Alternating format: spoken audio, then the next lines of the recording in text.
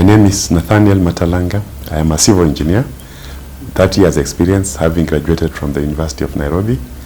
I run a consultancy office, Ngasi Consulting Engineers, for over 30 years now.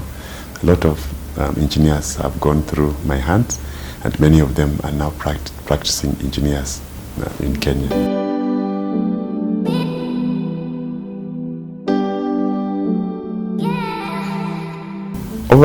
Over the years, I have had very many fulfilling situations.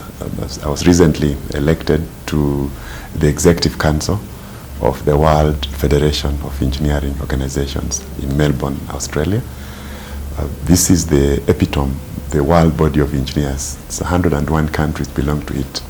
And those 101 countries elect 7 members to represent them on the Executive Council. So currently I'm one of the 7, and I feel quite fulfilled that when I attend the international meetings, I'll be able to bring the African perspective to the table. You know, Africa and Kenya, we've always been part of the menu, but now we shall at least be on the discussion table. I'll be able to get a lot of benefits for our country. We recently were lucky that one of the first benefits was to have the Royal Academy of Engineering sponsor a training course in Nairobi for our engineers in the preparation of the infrastructure scorecard. Such things will be coming because of my participation at WFEO.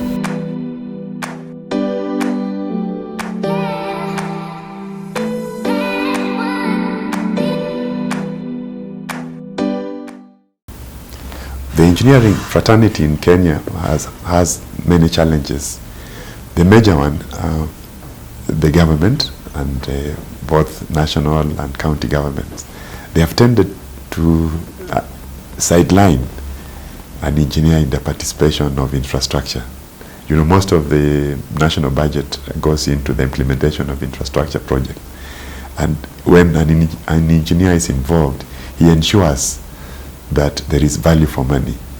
So some leaders have realized that when you have an engineer, then you are not able to have personal gain, because he'll want to tell you the truth, he'll ensure the project is done, and he'll ensure he's able to carry out a design, specify it, and supervise the contractor to ensure that value for money is achieved.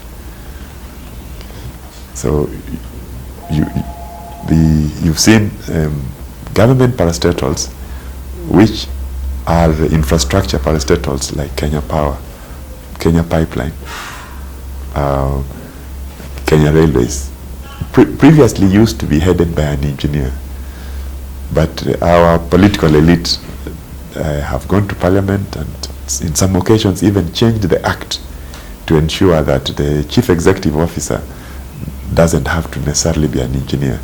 So some of these acts have been changed, and you are seeing what happened at Kenya Power when an engineer who was trying to do some good in an interim capacity was removed, and an accountant has been placed in charge of that key infrastructure parastatal. When engineers used to be lead those parastatals, you know that they used to be value for money. But now there are major scandals because you see the procurement experts have been allowed to interfere with procurement for engineering services. It's not the same thing to procure a toilet paper. You cannot use the same conditions to procure the toilet paper the same way you will want to do the procurement of a road. The road has to be designed, specified, and someone has to be allowed to quote on a specification. Then when construction starts, it has to be supervised to ensure that the contractor is able to adhere and deliver what has been specified. The toilet paper, there are very many brands, so a procurement professional is able to say this brand, and the toilet paper is delivered. You also saw at Kenya Power where procurement professionals went abroad to inspect transformers, and you saw what happens. Whatever was procured was not able to work in the country, meaning that the specification was thrown aside and the wrong people went, so the country was not protected, and that had happened. You've also seen in Kenya Pipeline things going astray, where suddenly you realize that fuel is being siphoned and there is no accountability. If an engineer is there and involved in that project, it's very easy to tell what you are discharging from the source.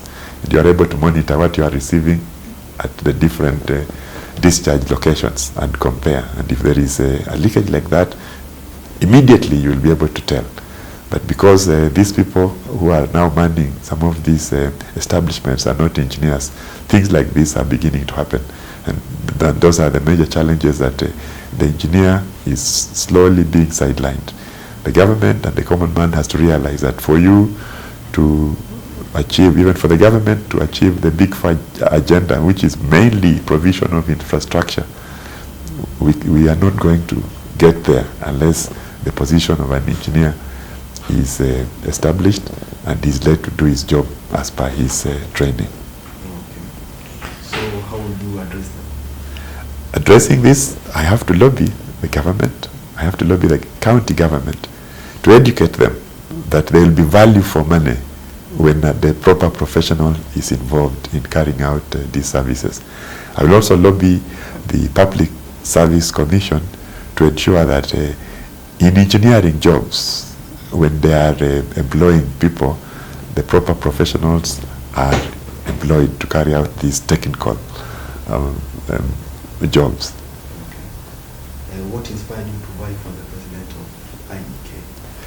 IEK? I have been involved at IEK for a long time now, from 2011, and I used to attend the meetings and functions of IEK, and I will make contributions, but we didn't see any change. Things kept being done the way they had been done since the time we were students. So one day, the current president of IEK followed me after an AGM, and he persuaded me that as much as I had made very good contributions at the AGM, no one was going to carry out, to follow up those contributions and ensure that they are done. So he persuaded me that the best thing when the elections come up, I should consider joining the council. And that's why in 2014, I offered myself to serve on council, and I was voted in, and whatever I had been trying to push, I had now a chance to try to push from inside. The main item was to try to review the constitution to allow everyone to be given a free hand to participate in elections. The previous system was that the council used to nominate people to participate, to take up positions every election year, and elections used to be every year.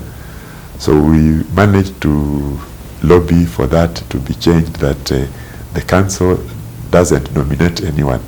A blank nomination form is sent out to the members, and it's the members who then do the nominations, and then an election is done by universal suffrage.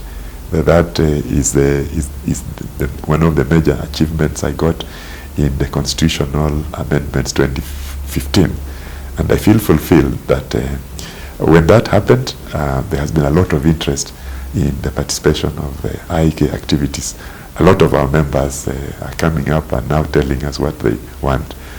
Then in 2018, I contested for the position of the honorary secretary, and I was overwhelmingly elected by the majority. And the last 2 years, I have tried to encourage and ensure with the current council that there is a lot of transparency in the way IEK is carrying out its business. The major one being that from time to time, the government asks us to nominate people to the public parastatals, and we have gone out to our members to ask those interested to submit an expression of interest. Council has met and deliberated and selected the best from our members in each of these areas, in the different parastatals, and we have submitted these names, and we have followed the government, the appointing authorities up to ensure that our nominees are appointed. So I think the next stage is to ensure that we mentor the people, and when my time to exit from IEK comes, we shall have put systems in place to ensure that this, whatever good we have done, it's able to continue. And there'll be good things for the Kenyan engineers.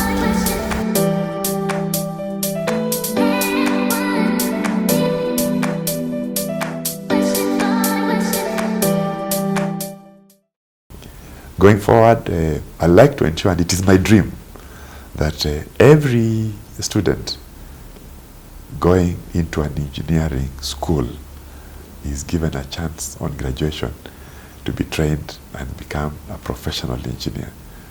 We have very few engineers in this country. If you go to the ratio of about 1,500 population to an engineer, with a Kenyan population of about 40 million, you can imagine how many engineers we need to have. We should be probably 200,000 at the moment, more than 200, but we are only 7,000. So the only way we can ensure that to happen is to encourage children who are in schools to take up science courses so that they are able to do an engineering course at university. And when they finish, we nurture them to ensure that they go to the level of practicing engineers. You can see an engineer is a bit endangered because those who manage to do engineering normally are the bright people. And when you finish university with an engineering degree, you are really wanted by the employment market. Some engineers at the moment have managed to become auditors. Good engineers are now managers, and even some engineers are also offer services in the church. We have priests who are engineers.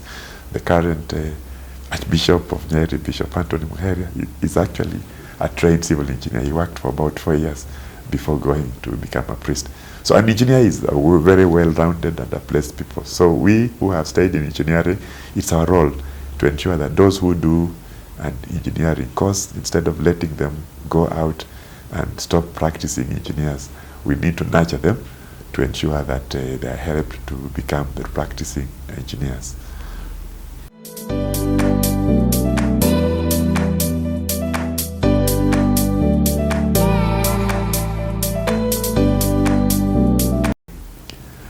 Among the things I want to do is to improve the welfare of my voters. I know I'm not competing because the fraternity doesn't have better leaders, but at the moment I have been at the center of the transformation that has happened in IEK, and I think I'm the best placed to continue that transformation. I have been there. I have appointed our members to these boards the way I've told you. I've never been excited about getting things for myself. So I'm there to serve and ensure that this country moves forward. Our engineers in this country are given a rightful place in society. So that's why I ask the engineers on 23rd of March to vote for me. And I'm asking them to vote wisely, because I have seen from the campaigns that some of the candidates are a bit excited about being leaders for the sake of being a leader, but they don't have any tangible way that they're going to improve the welfare of our members.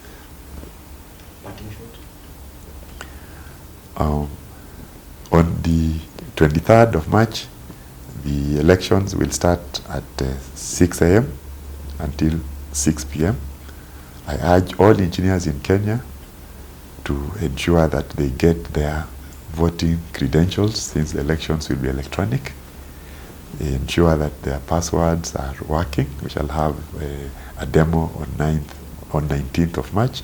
Ensure you participate in that mock voting, so that on the 23rd of March you are able to carry out your democratic right of electing your leader, the one who is going to take you through the next 2 years.